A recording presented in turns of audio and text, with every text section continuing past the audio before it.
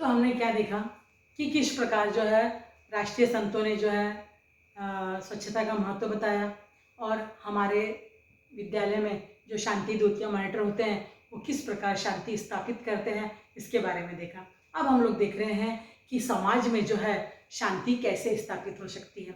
शांति स्थापना के लिए समाज के सभी मूलभूत आवश्यकताओं की पूर्ति होना चाहिए, यानी समाज के सभी जो घटक होते हैं उनको जो है भोजन, वस्त्र, निवास सभी को मिलना चाहिए। हाँ, प्रत्येक को जो है सुरक्षा मिलनी चाहिए, तो तभी जो है समाज शांत रह सकेगा। नहीं तो आजकल देख रहे हो काम बंद है, नौकरी बंद है, किसी के पास, बहुत लोगों के पास पैसे भी नहीं है, तो आए दिन जो है व्हाट्सएप पे देखो हमको दिखाई देता है कि कुछ लड़के या कुछ व्यक्ति जो है किसी का पॉकेट मार रहे हैं, किसी को मार के पैसा लूट रहे हैं, किसी दुकान में घुस के वहाँ का पैसा चोरी कर रहे हैं। तो इस प्रकार जो है ऐसे होने के कारण क्या होगा, शांति स्थापित नहीं हो सकेगी। तो समाज के सभी घटकों की जो है मूलभूत आवश्यकताओं की पूर्ति होनी चाहिए। उसके लिए सरकार जो है राशन से जो है सबको भोजन वगैरह दे रही है उनकी मूलभूत आवश्यकताओं की पूर्ति के लिए। साथ ही साथ जो गरीब लोग हैं उनका भी जो है शोषण समाज में रुकना चाहिए, विषमताएं कम होनी चाहिए। सार्वजनिक जीवन में जो है प्रत्येक को सहभाग होने का अवसर मिलना चाहिए। शांति का महत्व समझाकर प्रत्यक्ष रूप से जो है शांति मार्ग का उपयोग करना चाहिए, नहीं तो सामने वाला भी चिल्लाएगा, हम भी चिल्लाएंगे, तो शांति स्थापित नहीं हो सकेगी। इसके लिए हमको पूरे परिवार को, विद्यालय को और सार्वजनिक जीवन में जो है शांति का पूरक वातावरण जो है निर्माण हो सकेगा, और जिसके कारण जो है हमारे समाज में जो है शांति स्थापित हो सकेगी। परिसर जो है जो हमारा परिसर है, वहाँ पर जो परिवार है, विद्यालय है, उस समाज में जो है शांति तभी हो सकेगी, और फिर जिसके कारण सभी को लाभ मिलेगा, और शांति बनी रहने से जो है प्रगति में सहायता मिलती है ना। इसलिए हम लोग देखो, आप लोगों को बोलते हैं विद्यालय में शोर मत मचाओ, शांत रहेगा तो बगल की कक्षा में भी पढ़ाई ठीक से हो सकेगी, आप लोग की कक्षा में भी शांति से जो है पढ़ाई हो सकेगी, और आप लोगों को पढ़ाई अच्छी तरह से समझेगी। परिवार में भी जो है यदि झगड़ा नहीं होगा तो बच्चे भी जो है अच्छी तरह से पढ़ सकेंगे, उनमें भी जो है आत्मविश्वास उत्पन्न होगा। लेकिन घर में ही यदि मारामारी होगी तो बच्चा भी जो है ऐसा ही शरारती होता चला जाएगा। इसलिए घर परिवार में जो है समाज में शांति तभी विस्तार होगी तो सबको लाभ होगा।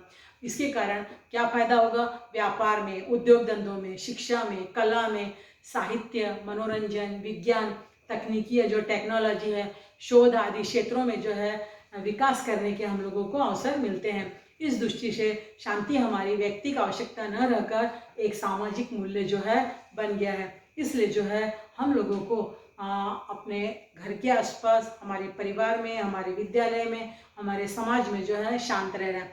ऐसा नहीं कि थोड़ा सा धक्का लग गया तो क्यों मारा रे मुझको, ऐसा नहीं है। हाँ, हो सकता है थोड़ा सा गलती से लग गया होगा, सॉरी बोल के हम लोग उस झगड़े को बढ़ने से रोक सकते हैं।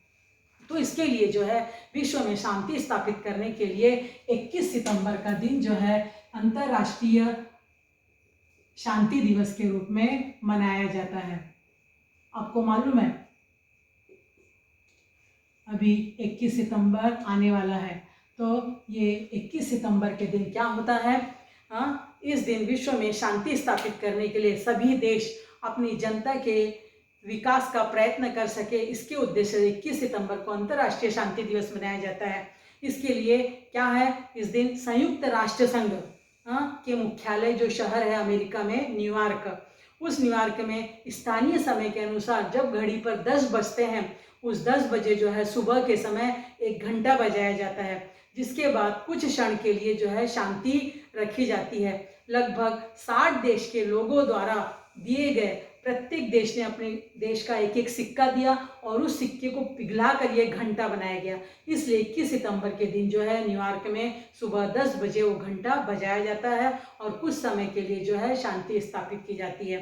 तो ये कौन से 60 देश थे जिन्होंने सिक्का दिया था, इसके बारे में और अधिक जानकारी के लिए आपके पुस्तक में एक लिंक दी गई है, उस लिंक को आप डालकर और अधिक जानकारी इस अंतर्राष्ट्रीय शांति दिवस के बारे में आप लोग प्राप्त कर सकते हैं। तो हमने इस पाठ में क्या देखा कि सामूहिक जीवन की समस्या हल करने से हम लोग सारा उत्तरदायित्व हम सब पर है। सबका सहयोग होने पर समस्या का निराकरण सहजता से हो सकता है। संवाद और चर्चा के द्वारा जो है विवाद का निवारण कर सकते हैं। शांति के मार्ग से समस्याएं हल की जाती है। यदि परिवार, विद्यालय और समाज में शांति हल हो जाएगी तो इसका लाभ हम सबको मिलेगा। तो शांति जो है एक सामाजिक मूल्य है। तो चलिए, हमारा पाठ यहाँ पर खत्म होता है। अब हम लोग सबसे पहले रिक्त स्थानों की पूर्ति करेंगे। सबसे पहला प्रश्न है हमारा, समस्याओं की ओर ध्यान न देने पर वे अधिक विकट हो जाती है। तो पहले खाली स्थान में आएगा, रिक्त स्थान में विकट। दूसरा है, परिसर की समस्या पहचानना भी एक महत्वपूर्ण बात है। तो दूसरे में आएगा समस्या। अब आगे है, सार्वजनिक समस्या किसे कहते हैं। तो मैंने लिख के दिया है, आपको परिभाषा लिखेंगे। फिर दूसरा प्रश्न है, सार्वजनिक समस्या किस प्रकार हल हो सकती है। तो सभी लोगों के प्रयत्न और सहभाग से सार्वजनिक समस्या हल हो सकती है। तीसरा प्रश्न पूछा है, कौन कौन से संतों ने स्वच्छता का महत्व बताया। तो मैंने बताया था 2 संत, एक पहला जो है संत गाडगे बाबा और दूसरा राष्ट्रीय संत तुकडोजी महाराज, उनके नाम लिखना है। फिर प्रश्न पूछा है, श्रमदान से गांव की सफाई। तो मैंने खुदावाड़ी गांव के लोगों के बारे में बताया था, वो बता देंगे आप लोग। फिर उसके बाद है, शांति के लिए पूरक निर्माण किस प्रकार किया जाता है। तो इसके लिए आप लोग बताओगे कि समाज के सभी घटकों में क्या होना चाहिए। आपस में प्रेम होना चाहिए, विषमता नहीं होना चाहिए, सबको सभी पदार्थ जो है अच्छी तरह से मिलना चाहिए, विषमताएं नहीं होनी चाहिए, शोषण रुकना चाहिए। तो सभी की उन्नति जो है हो सकती है और शांति का निर्माण हो सकता है। फिर उसके बाद हमारे कुछ प्रश्न हैं, निम्न परिस्थितियों में तुम क्या करोगे।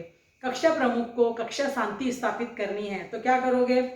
तो विद्यार्थियों में यदि मतलब कक्षा में टीचर नहीं है, हाँ, या मॉनिटर नहीं है, तो क्या करेगा मॉनिटर, क्या करेगा कि सामुदायिक कृति, कोई तो भी एक सामूहिक कार्य उनको करने के लिए दे देगा। शोर मचाने वाले बच्चों को जो है शांति करके पढ़ने के लिए कहेगा। दूसरे शिक्षक को कक्षा में आने के लिए कहेगा। दूसरा प्रश्न है, गणित के शिक्षक किसी अपरिहार्य कारण के कारण कक्षा में नहीं आ सके तो क्या करेंगे।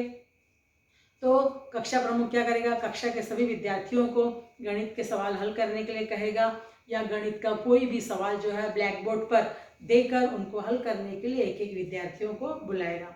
तीसरा प्रश्न है, क्रीड़ांगन में खेल प्रतियोगिता के समय 2 दलों में यदि विवाद हो गया, झगड़ा हो गया, हाँ, स्पोर्ट मैदान में जैसा आप लोग कर लेते हो, तो क्या करेंगे।